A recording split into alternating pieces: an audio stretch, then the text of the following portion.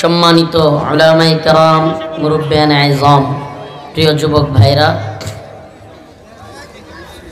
পর্দা সারা শ্রদ্ধেয় মা ও বোনেরা, আল্লাহ পাকের দরবারে অসংখ্য অগণিত শুকরিয়া যে আল্লাহ রব্বুল আলামিন আমাকে আপনাকে কোরআন সুন্নাহর কিছু কথা বলবার এবং শুনবার তৌফিক দান করেছেন।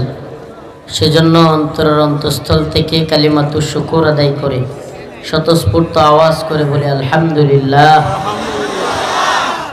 আমি হুজুরের আলোচনা শুনতেছিলাম। আগে যে হুজুর কথা বলতেছিলেন ইকবাল হোসেন মাসুম, মাওলানা ইকবাল হোসেন মাসুম দামাত বরকাতুহু, হুজুর খুব ভালো কথা বলতেছিলেন এবং সবচেয়ে কষ্টের জায়গা, আফসোসের জায়গা, পরিতাপের বিষয়,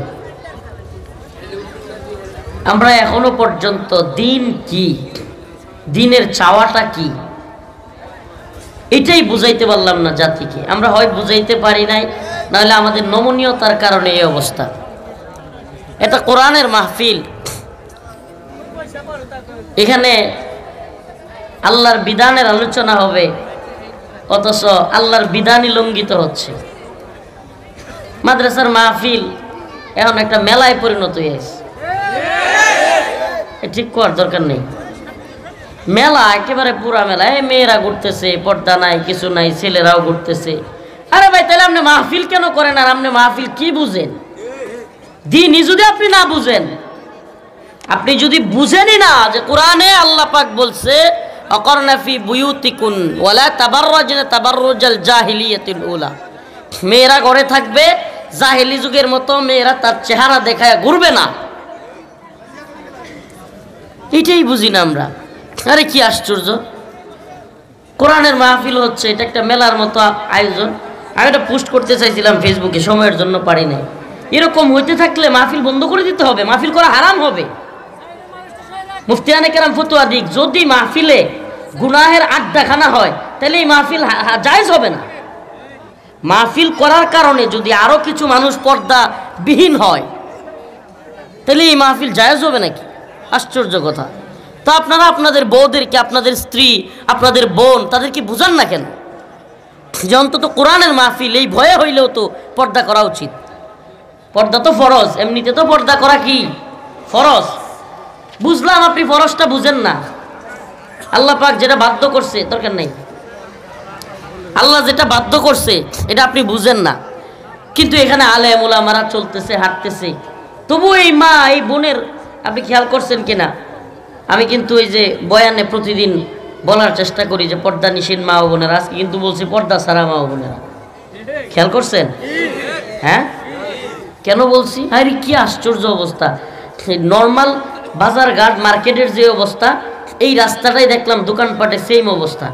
মানে মহিলারা বুঝতেছেও না দিন কি, ইমান কি, ইসলাম কি। আরে বোন, আপনি তো জাহান্নামে লাকড়ি হওয়ার জন্য ঘুরতেছেন, এভাবে কনফার্ম আপনি জাহান্নামে যাবেন। আপনার এই অবস্থা চলতে থাকলে আপনি তো জাহান্নামে যাবেনই, আপনার যে স্বামী ও জাহান্নামে যাবে। দায়ুস জান্নাতে যায় না, এটা রাসূলের ঘোষণা। দায়ুস কি করে না? কথা বুঝাইতে পারতেছি না। এ ওয়াজ ভাল লাগতেছে না? না ওয়াজ মাথার উপরে দিয়ে যাইতেছে না? কি করতেছি আমরা ভাই? যেই পুরুষ তার সন্তান, তার মেয়ে, তার স্ত্রী, তার বোনকে পর্দা ছাড়া বাহিরে দিল, আবার অন্য পুরুষদের সাথে মিলামেশা করার সুযোগ দিল। মিলামেশা মানে কি?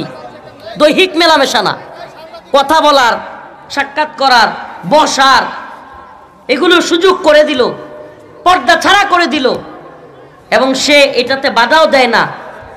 এই পুরুষ দায়ুস। এই পুরুষ কি? লা তাদখুলুল জান্নাহ, এই পুরুষের জন্য জান্নাত নাই। আল্লাহ রাসূল স্পষ্ট করেছে, এর জন্য কি নাই? জান্নাত নাই। তা আপনি কি দায়ুস হবেন? নামাজ পড়ে কি হবে দায়ুসের? যদি আপনি দায়ুসই হন, আপনার নামাজ, আপনার অন্যান্য আমলগুলো তো আপনি বরবাদ করে ফেলবেন। মুমিনের সফলতা, আজকের আলোচনার বিষয় মুমিনের সফলতা। মুমিন কোন পথে সফল? মুমিনের সফলতার পথ কোনটা? এখনো পর্যন্ত যেই মা বোনেরা রাস্তায় হাঁটতেছেন, দয়া করে আপনারা দ্রুত বাসায় উঠে যান। আপনারা গার্মেন্টস সোয়েটারে চাকরি করেন, পুরুষ আর নারী একসাথে, এগুলো আমাদের কষ্ট লাগে। আমাদের হাতে যদি আল্লাহ কোনো দিন ইসলামী হুকুমত কায়েম করার ব্যবস্থা করে দেন, তাহলে মহিলারা আর্থিকভাবে লাভবান হোক সেটা হবে, কিন্তু তাদের জন্য আলাদা ব্যবস্থাপনা হবে। এই নারী পুরুষ একসাথে, নাউজুবিল্লাহ। দিন শেষে আমি আজকের আলোচনা যেদিকে, আচ্ছা একটু এদিকে কইলাই কি কোন, ভীষণ কষ্ট লাগছে, আমি প্রচণ্ড রকম কষ্ট পাইছি। মেয়েরা সেজে গুজে, এই স্বামী ছাড়া কোনো মেয়ের জন্য সেজে গুজে সামনে যাওয়া জায়েজ আছে নাকি? তো আপনি কারে দেখাইতেছেন রূপচর্চা করে? নাউজুবিল্লাহ। যদি কোনোদিন আল্লাহ পাক ইসলামী শরিয়া এই ভূখণ্ডে কায়েম করেন, কোরআন সুন্নাহ অনুযায়ী রাষ্ট্র ব্যবস্থা চালু হয়, আলাদা আলাদা পাঠ থাকবে। মেয়েরা পড়াশোনা করবে, সমস্যা নাই, কিন্তু পড়াশোনাটা হইতে হবে মেয়েদের সাথে। শিক্ষিকা থাকবে মেয়েরা, সব থাকবে মেয়েরা। চাকরি করবে, ঠিক আছে চাকরি করেন, মেয়েদের আলাদা পাঠ থাকবে। আর যদি একত্রিত করতে চান, একত্রিত এইভাবে মেলামেশার অবস্থা তৈরি করে দেন, হালত কি? হালত কি? এই কথা বলিয়েন না, এই বাবারা বাইরা এনে যারা দাঁড়ায় আছেন, খুব খারাপ লাগতেছে, আপনারা ওই পিছনে যান, একটু যান, নাইলে এনেই বসেন। আমার কথা একটু শুনেন দয়া করে। আমি অল্প সময় দিব, প্রতি বছর এই প্রোগ্রামে আসি, দীর্ঘ রাত হয়ে যায়। এই জন্য এবার আবুল কাসেম ভাইকে বলছি যে ভাই এবার আমি আগে ভাগে চলে যাব, আপনার এনে যেহেতু এই রাত হয়ে যায়, না সম্ভব না, তো আপনার এনে যেহেতু রাত হয়ে যায়, এই জন্য এইবার একবার আগে ভাগে আসবো। এই বসবেন, দুইবার বসেন, বসেন কই তার না, একবারই বলবো বসবেন নাকি বসবেন না, তো বসে যান। এই বাবাটা বাইরা বসেন, জায়গা আছে, তিরপল আছে, যেখানে বসে যান। এভাবে দাঁড়ায় থাকেন না, খুব বিশৃঙ্খলা মনে হইতেছে। সবাই এক এক দিকে দাঁড়ায় আছে, এদিকে যারা বসার সুযোগ আছে বসে যান, যারা দাঁড়ায় থাকার সুযোগ দাঁড়ায়, কিন্তু ওই দিকে দাঁড়ায় থাকতে পারবেন না, বসেন এই সাইডটা বসেন, সুন্দর লাগবে। এই ওই যে দূরে যারা